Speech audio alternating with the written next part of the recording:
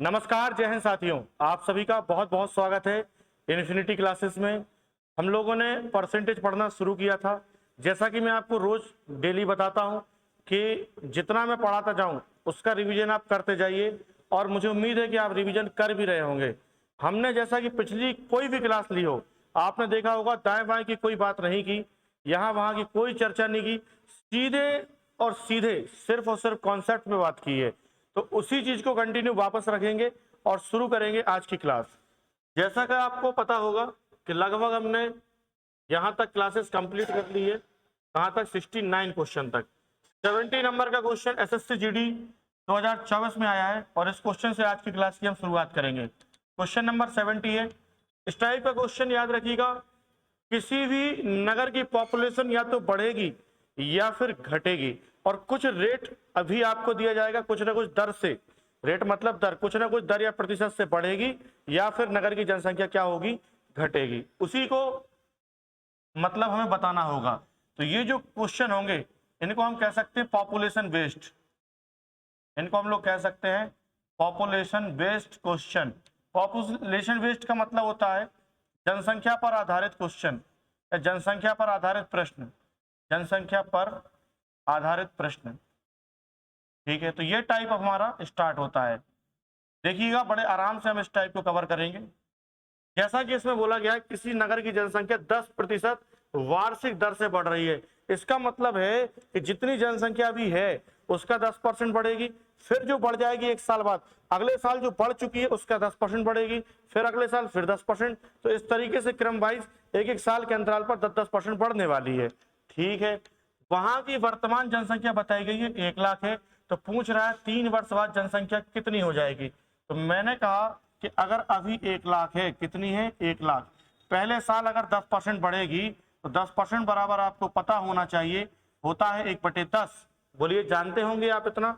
1/10 होता है। तो आप कह सकते हैं कि जनसंख्या 10 का 10% एक बढ़ेगी और हो जाएगी 11 1 साल बाद। चूंकि 3 साल बाद पूछ रहा है तो फिर 11/10 और इसके बाद इसका फिर 11/10।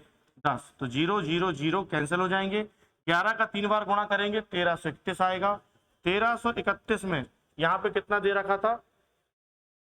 1 लाख, ठीक है। और 3 वर्ष बाद का पूछा है तो 10 से 11 हो जाएगी 3 बार। तो 1331 का इसमें गुणा होगा तो 1300, क्योंकि 5 बार लिखना पड़ेगा इसको। तो 1331 में 5 बार 0 आ जाएंगे, 1 2 3 4 और 5। तो आंसर हमारा ये होना चाहिए, नहीं होना चाहिए, सॉरी, 1 लाख है। 1 लाख है तो क्या होगा? 1331 ऐसा आएगा आंसर। 1300, जीरो भी तो कट जाएंगे। देखो मैंने नीचे से काट दी, ऊपर से नहीं काटे, इसीलिए वो दिक्कत कर रहा है। 1 2 3 1 2 3। तो ये 3 बार गुणा तीनों का करेंगे, 11 11 11 का 1331, और 100 से गुणा करेंगे तो 1331 00। तो आंसर हो जाएगा ऑप्शन डी, ठीक है। थोड़ा सा कंफ्यूजन ये हो गया था कि मैंने जीरो नीचे काट दिए थे, ऊपर नहीं काटे थे, ठीक है। हो जाता है, आपसे भी हो सकता है, मुझसे भी हो सकता है, ठीक है। तो आप इसको लिख लें, फिर आगे बढ़ते हैं।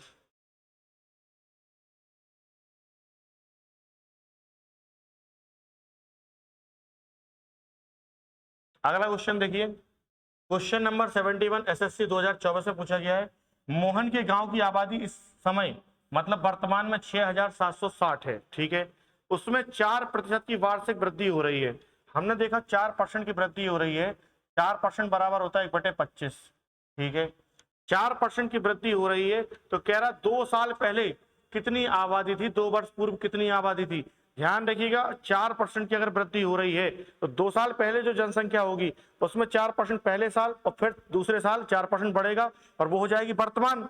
आप ऐसा मत कर देना कि ये 6760 है, इसमें से आप 4% घटाएं और फिर 4% घटाएं, क्योंकि इस पे कमी नहीं करनी है। जो 2 साल पहले थी उस पर वृद्धि करके आपको वर्तमान में पहुंचना है। तो मैंने मान लिया कि 2 साल पहले जनसंख्या कितनी रही होगी, x। अब 4% बढ़ रही है तो 25 पे बढ़ेगी, कितनी हो जाएगी? 26/25, और दूसरे साल फिर 26/25, और बताई कितनी गई है? 6760।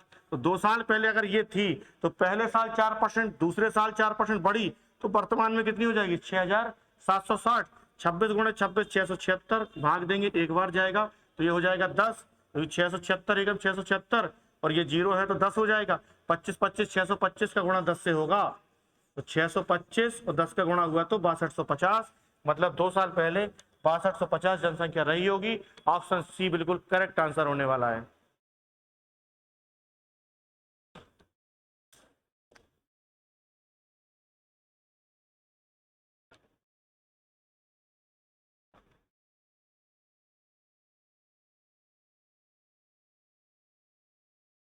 चलिए आगे बढ़ते हैं।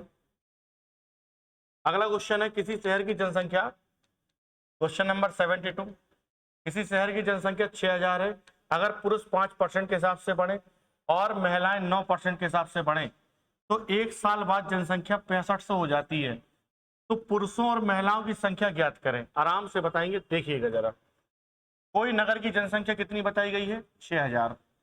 अब इस नगर की जनसंख्या में आप जानते हैं पुरुष और महिलाएं दोनों होंगे, तो मेल और फीमेल दोनों हैं, पुरुष और महिलाएं। बताया ये गया है कि अगर देखा जाए तो पुरुष और महिला मिला के ही नगर की जनसंख्या है, लेकिन इसमें जो पुरुष है इसमें से वो 5% के हिसाब से बढ़ते हैं। कितना बढ़ते हैं? 5%। और महिलाएं जो हैं वो बढ़ती हैं 9%। लेकिन थोड़ी देर के लिए मैं मान लूं कि ये भी कितने बढ़ते हैं? 5%। ठीक है, तो मैंने कहा अगर पुरुष 5% बढ़े और महिलाएं भी 5% बढ़े तो जो कुल जनसंख्या है उसका 5% बढ़ने वाला है, क्योंकि पुरुष और महिला मिला के ही क्या है? जनसंख्या। तो पुरुष को भी 5% और महिला को भी 5% बढ़ाएंगे तो जो कुल संख्या है वो 5% बढ़ जाएगी। और 6000 का 5% कितना होता है? 300। तो मेरे हिसाब से जो जनसंख्या है वो कितनी बढ़नी चाहिए? 300। लेकिन क्वेश्चन ने बताया है कि जनसंख्या 6000 थी, कितनी हो गई? 6500। तो आप बताओ जनसंख्या बढ़ी कितनी एक साल में? तो जवाब होगा 500। अब एक साल में मैंने माना तो 300, जबकि सवाल में 500। इसका मतलब है 200 एक्स्ट्रा बढ़ रही है। 200 एक्स्ट्रा इसलिए बढ़ रही है क्योंकि महिलाओं का मैंने 4% नहीं बढ़ाया। तो महिलाओं का 4% कितने के बराबर होगा? 200। 4% 200 है तो 1% किसके बराबर होगा? 50। और महिलाओं का 100% कितना होगा? तो जवाब होगा 5000। और महिलाएं अगर 5000 हैं इस 6000 में से, तो पुरुष कितने होंगे? जवाब होगा 1000। तो पुरुष 1000 होंगे और महिलाएं 5000 होंगी। 1000 ऑप्शन में कहीं नहीं दिख रहा। इसका मतलब है महिलाओं की संख्या बतानी और आंसर क्या हो जाएगा? 5000। इसको आप बहुत आराम से समझ सकते हैं, बिल्कुल भी कठिन क्वेश्चन नहीं है।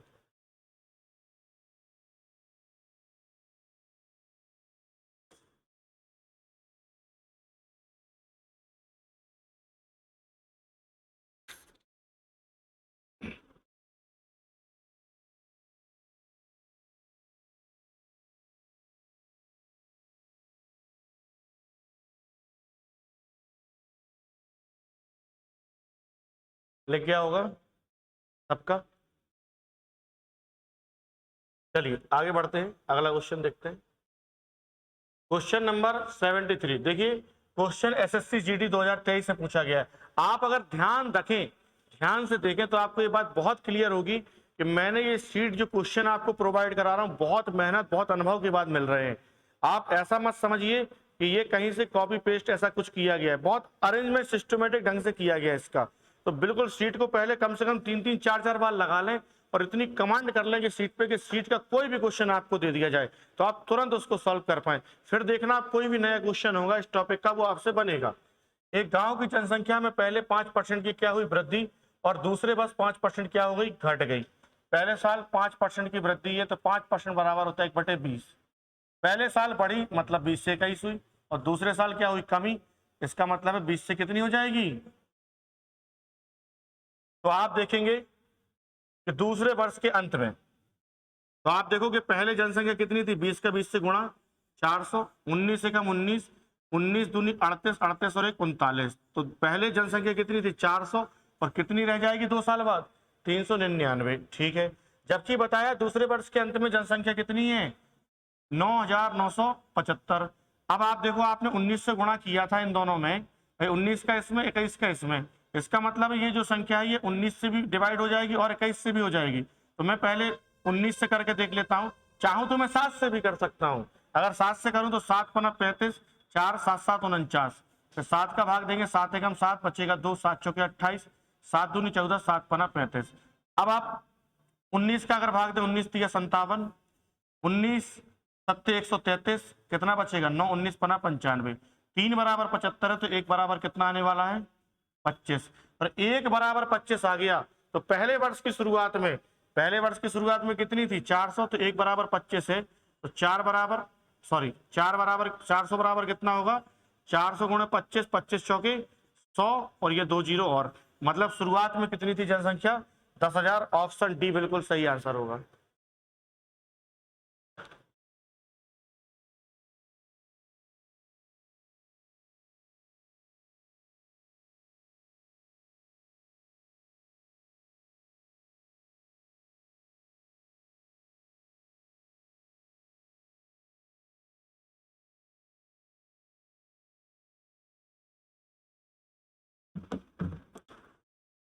लग गया होगा। अगला क्वेश्चन देखिए, question number 74, question SSC GD 2023। एक कस्बे की जनसंख्या 6,40,000 है, जिसमें प्रतिवर्ष इसकी वर्तमान जनसंख्या के 1/8 में भाग के बराबर वृद्धि होती है। 1/8 में भाग के बराबर वृद्धि होने का मतलब है कि अगर 8 भाग है तो 8 में से एक वृद्धि हो जाती है। तो पहले साल जनसंख्या 8 से कितनी हो जाएगी, 9, और बताया गया 2 वर्ष बाद कितनी जनसंख्या होगी। तो पहले साल 8 से 9 और वृद्धि ही है, दूसरे साल भी 8 से 9, तो 8 का 8 से गुणा होगा, जनसंख्या 64 से कितनी हो जाएगी, 9 हो जाएगी। जनसंख्या 64 से 81 होगी।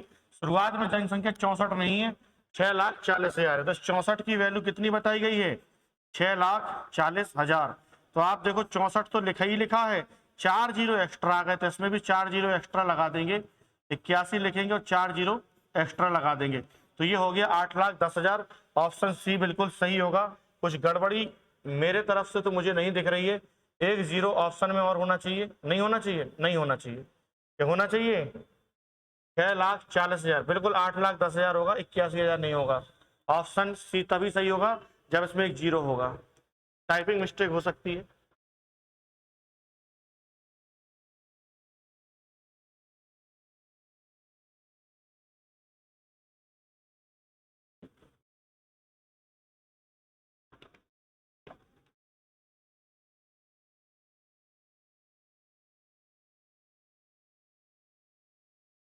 चलिए आगे बढ़ते हैं।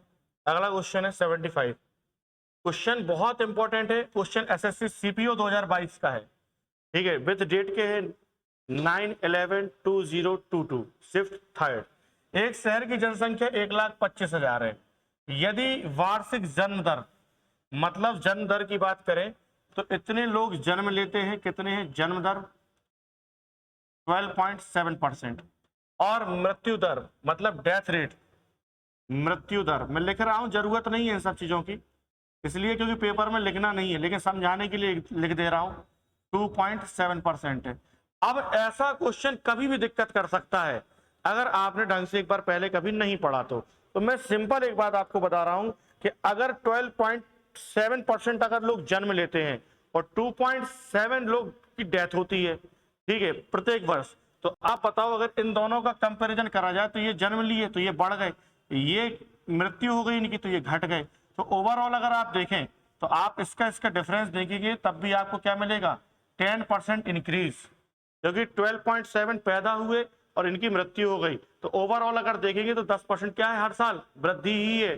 तो वो डायरेक्ट इस बात को ना कह के कि 10% की वृद्धि होगी हर साल में, वो उल्टा बोल चुका है। क्या बोल रहा है, ये जन्म है ये मृत्यु है, तब आपको समझना है कि भाई वृद्धि ये है और वृद्धि ये है अगर 10%, तो 10% बराबर कितना होता है, 1/10। तो पहले साल अगर बात करी जाए तो 10 से 11 जनता होने वाली है, ये जनसंख्या होगी। हमसे कह रहा 3 वर्षों के बाद जनसंख्या में कितनी वृद्धि हुई, तो पहले साल 10 से 11, फिर दूसरे साल 10 से 11, तीसरे साल 10 से 11, तो इससे अच्छा है कि 3 बार लिखने की जगह क्यूब कर दो। तो आप बोलोगे जनसंख्या अगर यहाँ पे 1,000 होगी तो यहाँ पे कितनी हो जाएगी, 1331। पूछ रहा है वृद्धि कितनी हुई, तो आप बोलोगे वृद्धि हुई है सर 331 की। लेकिन लेकिन लेकिन आप ध्यान रखना कि यहाँ पे शुरुआत में 1,000 नहीं है, ये वैल्यू आपको दी गई है 1,25,000। ये वैल्यू किसके बराबर दी गई है, 1,25,000। तो आप जानते हैं कि 1,000 के बराबर 1,25,000 है, तो एक यूनिट की वैल्यू कितनी आएगी, 125। 3 जीरो से 3 जीरो कट जाएंगे। अब एक यूनिट अगर 125 है और वृद्धि 331 की है, तो 331 गुणे 25, इसका इससे गुणा करेंगे, 125 का 1 से होगा तो 125, हासिल आएगी 12। 125 का 3 से गुणा होगा तो आएगा 375। 375 में 12 जोड़ेंगे 387, हासिल आ जाएगी कितनी, 38। 125 का फिर से गुणा होगा, फिर से 375 और 38 को ऐड करेंगे, 8 5 13, 7 3 10 11, 3 और 1 4, तो ये 413 मतलब 41,375 इसका राइट आंसर होने वाला है ऑप्शन बी। ये कैलकुलेशन आप इस तरीके से कर सकते हैं।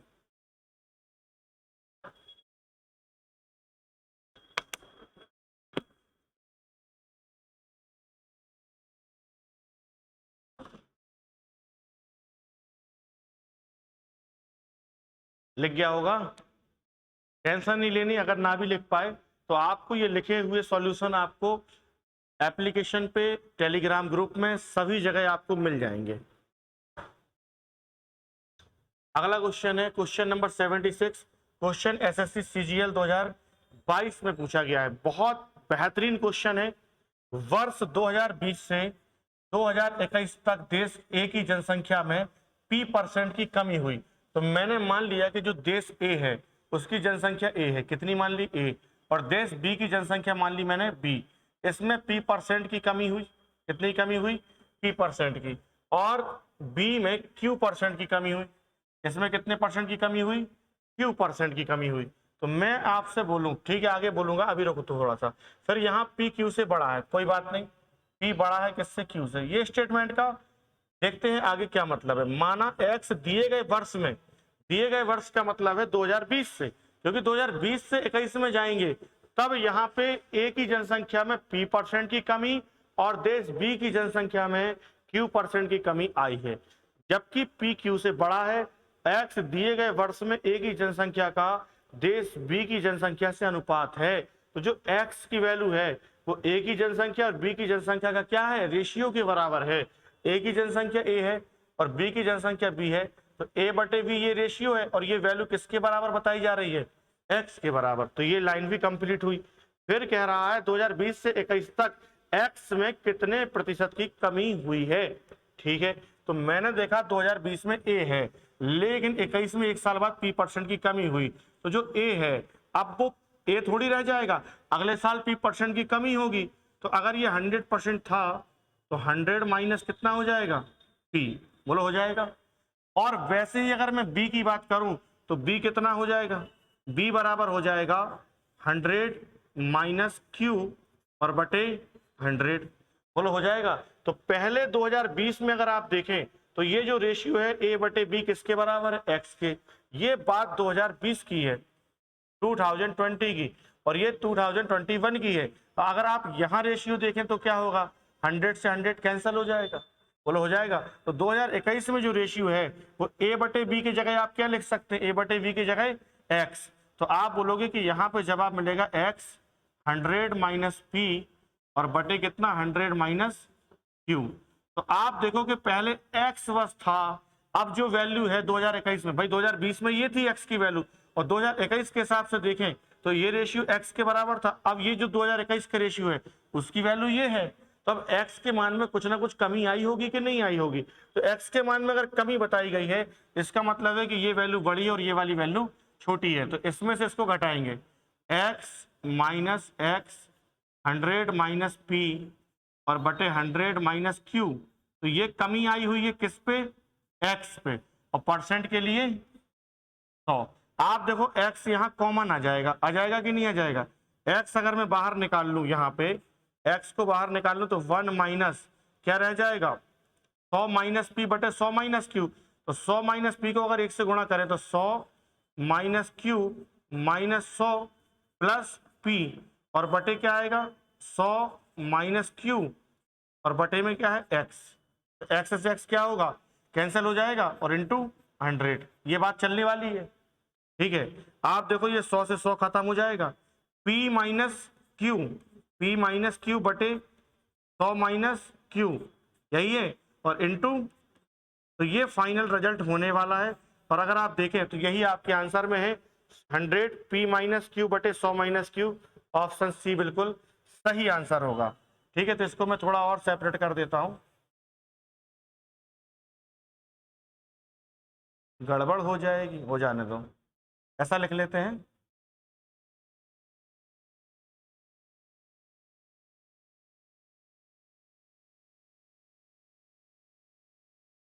अरे भाई डिलीट हो तुम, ठीक। तो आपने देखा कि ये वन स्टेप बाय स्टेप अपन ने पूरा सॉल्यूशन इसका कर दिया। CGL 2022 में पूछा गया है।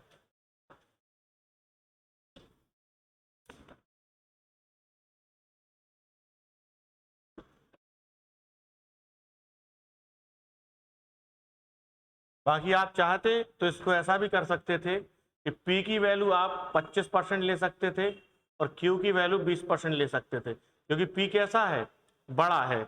लेकिन ये तरीका मैं आपको डायरेक्ट बताता तो आपको दिक्कत हो जाती। तो ऐसा आप करके देख लेना कि P 25% और Q 20%, तो इसमें 25% की कमी करना और इसमें कर देना 20% की कमी, ठीक है, A और B मान के ही, और फिर उसको X के बराबर कर सकते हैं।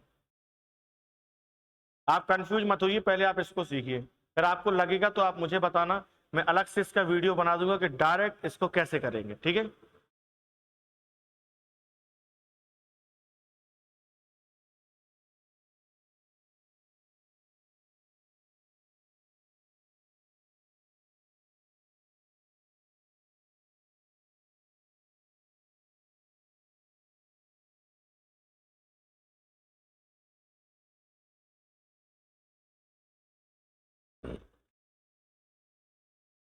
बढ़े आगे। अगला क्वेश्चन है क्वेश्चन नंबर 77। देखिए ये जो क्वेश्चन आप सामने देख रहे होंगे, ये नमक और पानी के घोल में 5% नमक है। अगर 20 लीटर पानी वाष्प हो जाता है तो नमक 15% बन जाता है। प्रारंभिक घोल की मात्रा ज्ञात करें। ऐसा क्वेश्चन मिक्सचर एंड एलिगेशन में भी होता है, मिक्सचर के टॉपिक में होता है, और ऐसा ही क्वेश्चन परसेंटेज में भी होता है, क्योंकि देखिए परसेंटेज वैल्यू दे रखी है। तो ये क्वेश्चन दोनों टॉपिक में होता है, ठीक है। मैं इस क्वेश्चन को आपको डायरेक्ट सॉल्व करना सिखा देता हूं और एक छोटी सी ट्रिक बता देता हूं।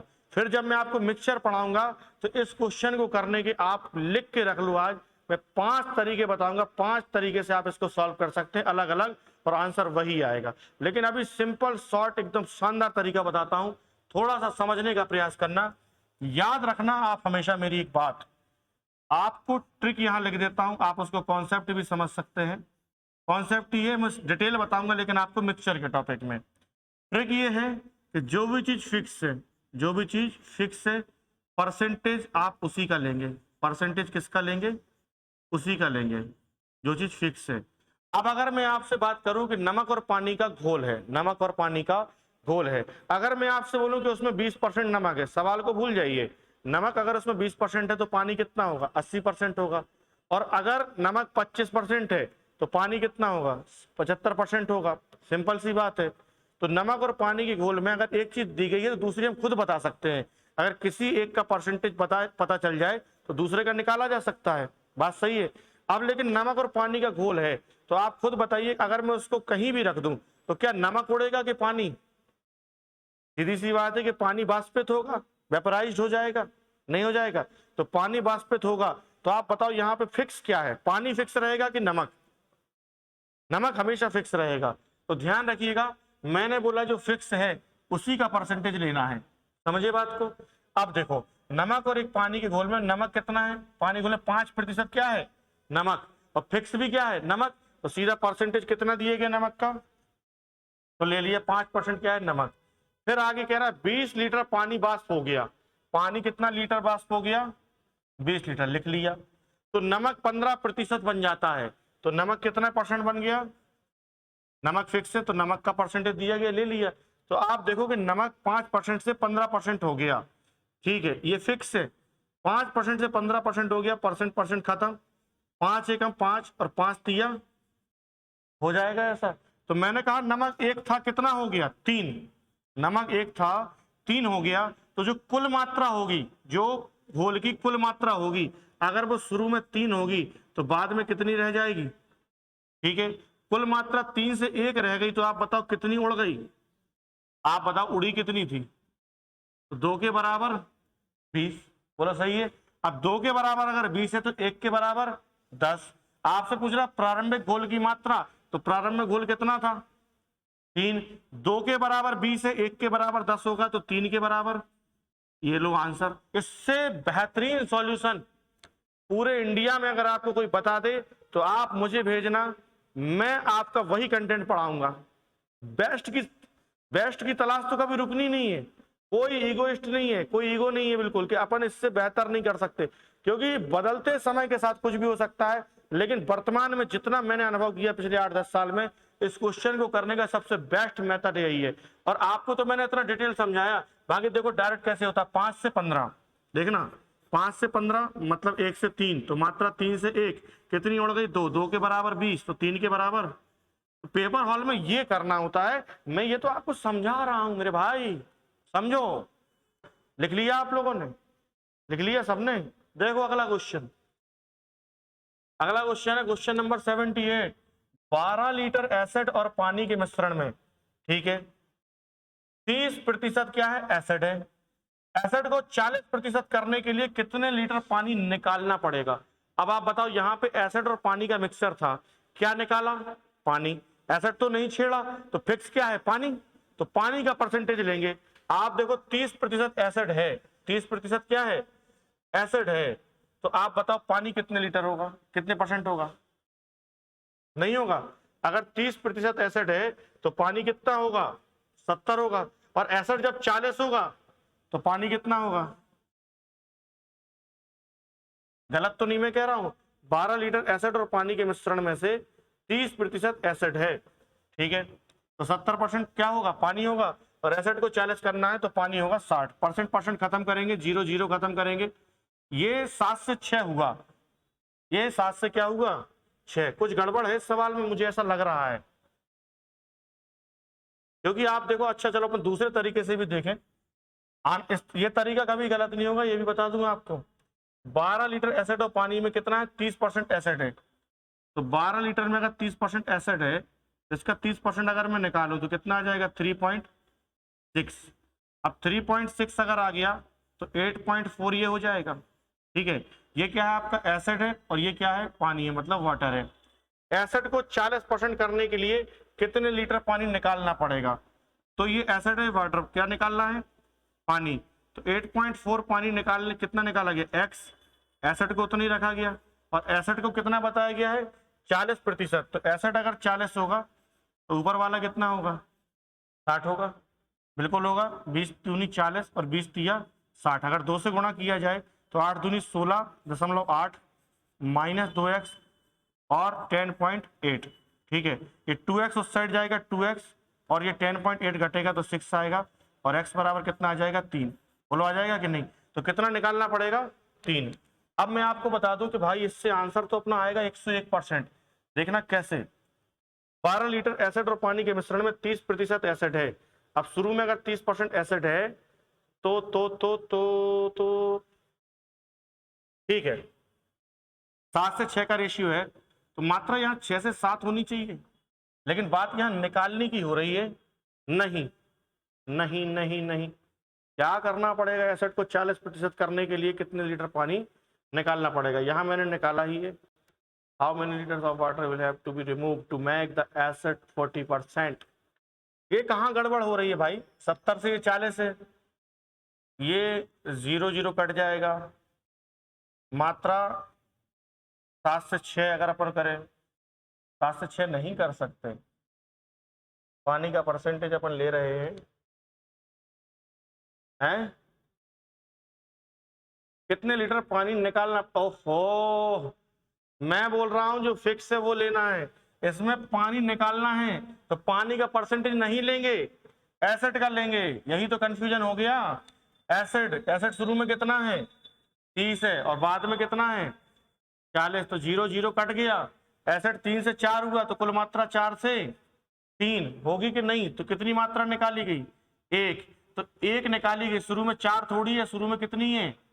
12। तो 1 के बराबर कितना है? बोलो सही है। तो कितना निकाला गया? 3। अब आप खुद देख लो, मैंने बोला नहीं है कि ये सॉल्यूशन जो है ये बेस्ट सॉल्यूशन है, क्योंकि दूसरा रास्ता देखो आप ये है, और मैं तीसरा चौथा पांचवा रास्ता बताऊंगा तो वो भी आपको कुछ ना कुछ इस प्रकार से ही नजर आएंगे। इससे बेहतर सॉल्यूशन नहीं आएगा, और ये कभी गलत नहीं होगा। 100% कभी गलत नहीं होगा। लिख लें आप इसको। यहाँ पे क्या है, ये ध्यान देना था। पानी नहीं, पानी निकाला गया तो पानी फिक्स नहीं होगा, एसिड फिक्स होगा।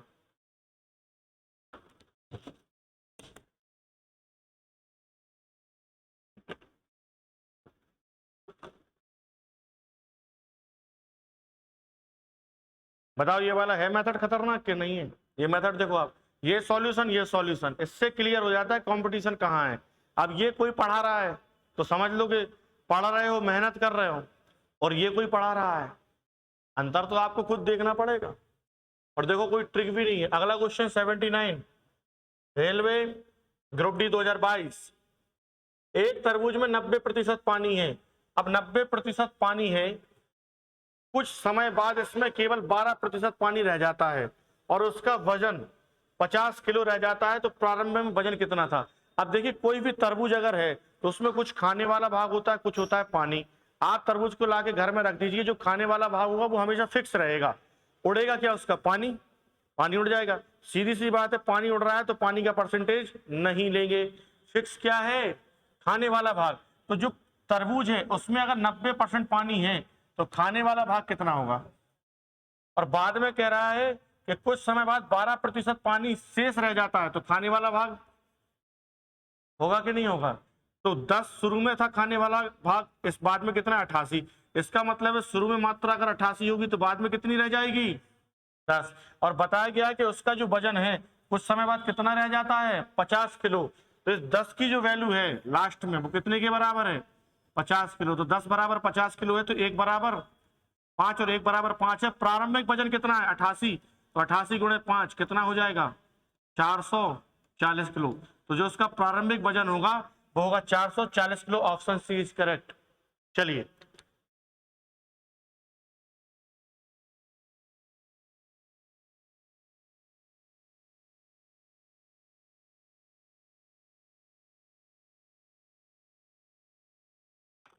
आज की क्लास हम लोग यहीं तक रखने वाले हैं, मिलते हैं अगली क्लास में। और एक और छोटी बात मैं आपको बता दूं कि हमारा एक बिल्कुल न्यू फ्रेश बैच स्टार्ट हुआ है अभी रेलवे ग्रुप डी के लिए। आगे आने वाले समय में हम लोग रेलवे एनटीपीसी, रेलवे एएलपी, ये सारे बहुत बिल्कुल अपडेटेड नए बैच लाने वाले हैं। तो आप उसको भी चाहें तो बहुत बेहतर ढंग से तैयारी कर सकते हैं, ठीक है। बाकी सारी डिटेल इन्फॉर्मेशन आप स्क्रीन पे देख सकते हैं। फीस भी बहुत नॉमिनल सी रखी गई है, सिर्फ 599। और इसमें कोई भी टीचर ऐसा नहीं है जिसके पास 8 से 10 साल का एक्सपीरियंस ना हो, ठीक है। तो बाकी इसको आप अच्छे से पढ़ें, इस क्लास को कंटिन्यू करें। अपना ख्याल रखें, खुश रहें। धन्यवाद। जय हिंद, भारत माता की जय।